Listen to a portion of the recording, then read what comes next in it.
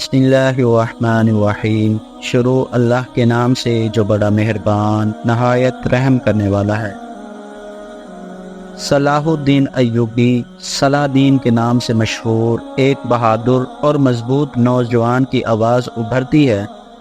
یروشلم اور مسجد اقصی صلیبیوں کے قبضے میں ہیں۔ میں زندگی کا لطف کہاں سے لاؤں؟ میں کھانا کیسے کھاؤں اور چین کیسے پاؤں؟ میں رات کو سکون کی نیند کیسے سوؤں؟ پیارے ناظرین، تیار ہو جائیں، ہم ایک ایسی کہانی شیئر کرنے والے ہیں جو ہم سب میں نیا جذبہ جگا دے گی۔ ایک سچے اسلامی ہیرو، مسجد اقصی کے محافظ، خادم الحرمین، یروشلم کے فاتح، الملک ابو المظفر صلاح الدین ایوبی کی کہانی۔ ایک دفعہ کا ذکر ہے، بغداد میں ایک مشہور کارپینٹر رہتا تھا۔ اپنی عمر کے آخری حصے میں اس نے زیادہ تر وقت اخروٹ کی لکڑی سے ایک شاندار ممبر تراشنے میں صرف کیا۔ اس نے ممبر بنانے میں اپنی تمام صلاحیتیں لگا دی۔ ممبر کی خوبصورتی سب کو حیرت زدہ کر دیتی تھی۔ کارپینٹر کی محنت سے بنے اس شاہکار ممبر کی شہرت دور دور تک پھیل گئی تھی۔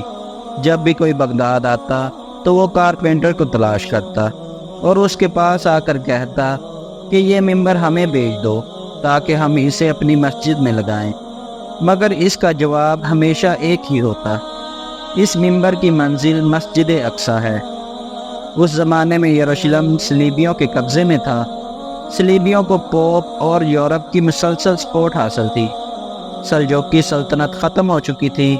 اناطولیہ اور میسوپوٹیمیا کئی چھوٹی اسلامی ریاستوں میں بٹ گئی تھی اور وہ آپس میں مسلسل جھگڑتی رہتی تھی۔ مصر میں باطنیہ فاطمی فرقہ بن گیا تھا جس نے مسلمانوں کو اندر سے کمزور کر دیا تھا۔ ان چیلنجز کے باعث یروشلم واپس لینا مسلمانوں کے لیے صرف ایک خواب تھا، ایسا خواب جو حقیقت سے بہت دور تھا۔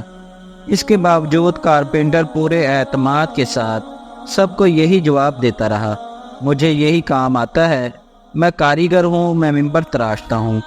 کاش کسی دن کوئی بہادر مسلمان اٹھے اور یروشلم آزاد کروائے تو یہ ممبر اپنی اصل جگہ پہنچ جائے۔ اس ممبر کی شہرت تقریباً ہر شہر میں پہنچ گئی تھی۔ جب لوگوں میں اس کی بے مثال خوبصورتی کی باتیں ہونے لگیں تو 7 یا 8 سال کے ایک چھوٹے بچے نے بھی یہ داستان سنی۔ وہ چھوٹا لڑکا صلاح الدین ایوبی تھا۔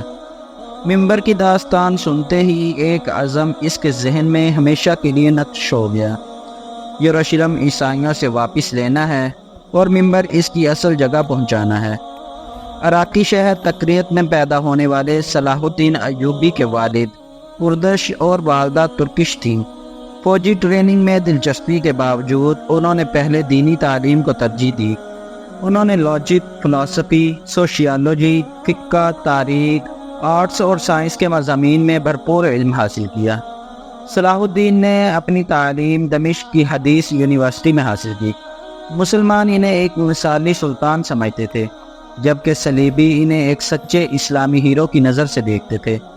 مشرقی اور مغربی دونوں تاریخ دانوں نے اپنی کتابوں میں ان کی تعریف کی ہے اور سب نے متفقہ طور پر انہیں نیک، رحم دل، خوش باش، باہمت اور بہادر جنگجو بیان کیا ہے۔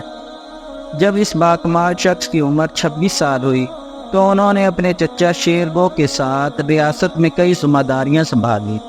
صلاح الدین جیسے جیسے بڑے ہوئے، یروشلم کی فتح کے لیے تقدیر ان کا راستہ بناتی گئی۔ آپ پوچھ سکتے ہیں کہ کیسے؟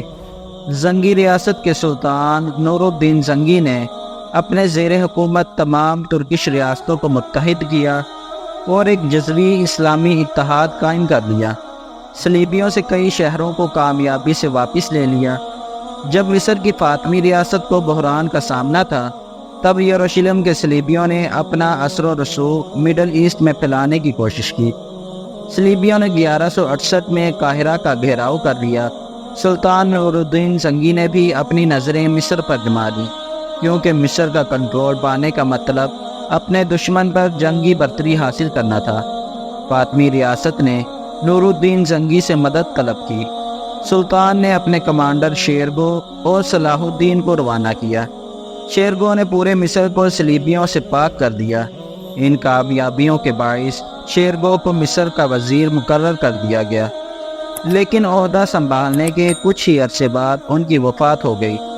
ججہ کی وفات کے بعد صلاح الدین ایوبی مصر کے وزیر اور مصر میں سلطان نور الدین زنگی کی فوج کے کمانڈر بھی بنے۔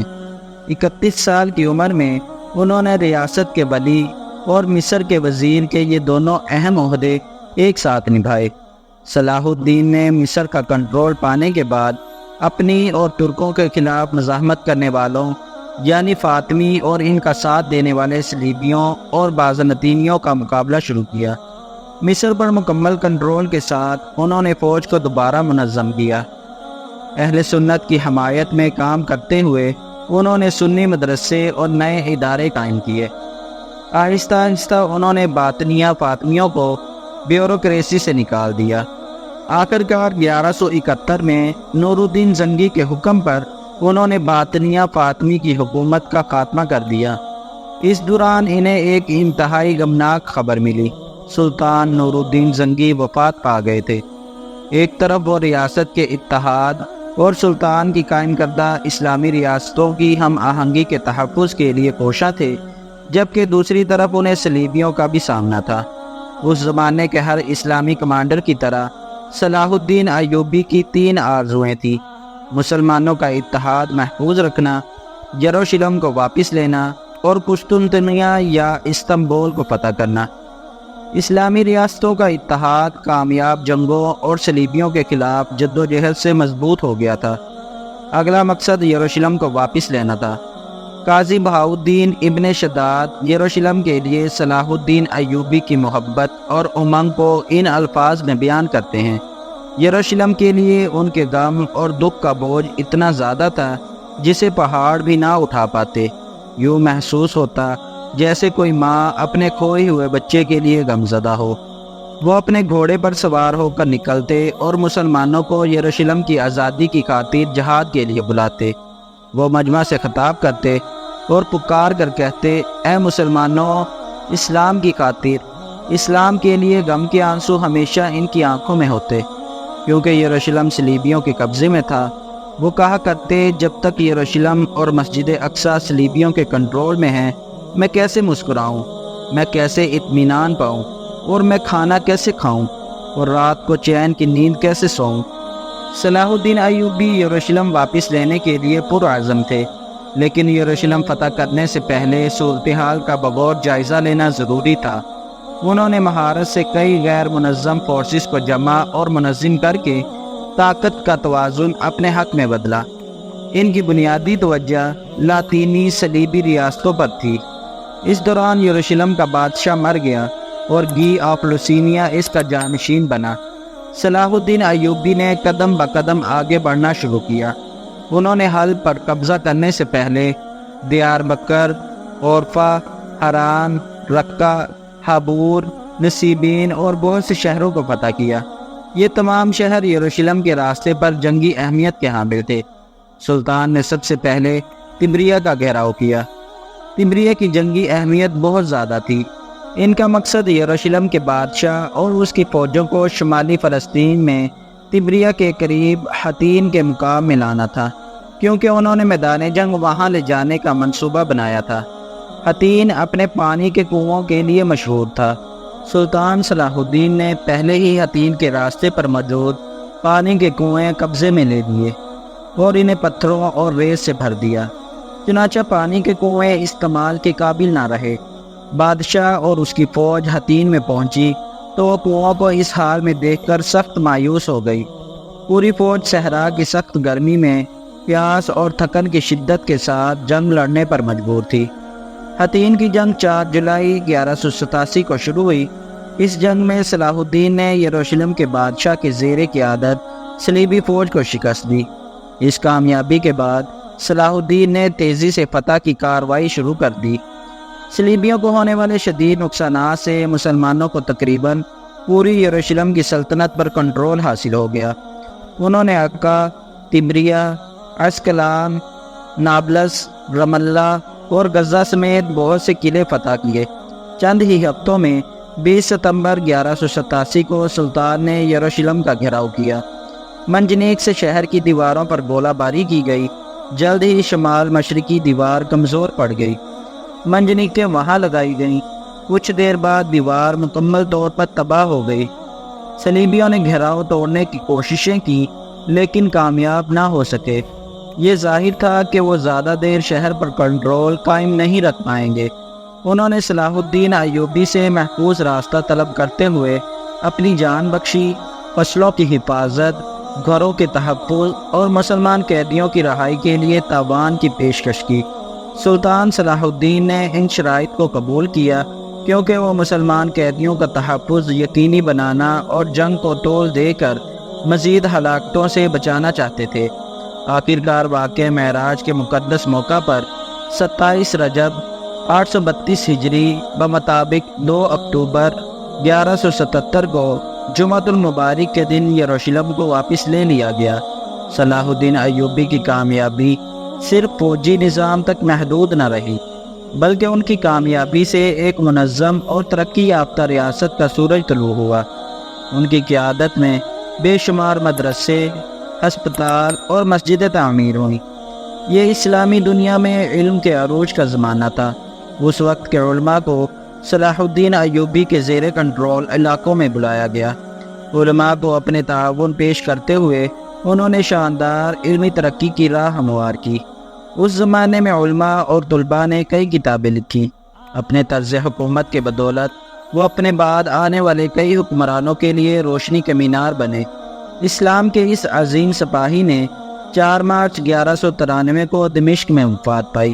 ان کی وصیت کے مطابق وفات کے بعد ان کا کفن ایک نیزے پر باندھ کر لوگوں کے سامنے لایا گیا اور اس کے ساتھ دمشق کی گلیوں میں یہ الفاظ گونجتے رہے: اے مسلمانوں، اے لوگوں، مصر، یمن، شام، فلسطین، یروشلم کا فاتح سلطان صلاح الدین آج اس کفن کے سوا دنیا سے کچھ نہیں لے گیا۔ اس سے عبرت پکڑو اور دنیا کے دھوکے میں مت آؤ۔ ان کی زندگی کا ایک مقصد تھا اور اسی مقصد نے انہیں زندہ رکھا۔ انہوں نے بتایا کہ ایک مسلمان کی زندگی کا مقصد کیسا ہونا چاہیے۔ ان کے سینے میں دھڑکتا دل اللہ کی محبت سے سرشار، دنیا میں انصاف کے قیام کا طلبگار اور اسلام کے حسن کو ناآشنا لوگوں تک پہنچانے کا آرزومند تھا۔ یروشلم کی فتح اسلام کے حسن سے آشنا اس شخص کے حصے میں آئی تو آخر ہم اس فتح سے محروم کیوں ہیں؟ کیونکہ ہمیں پہلے خود کو بدلنا ہوگا۔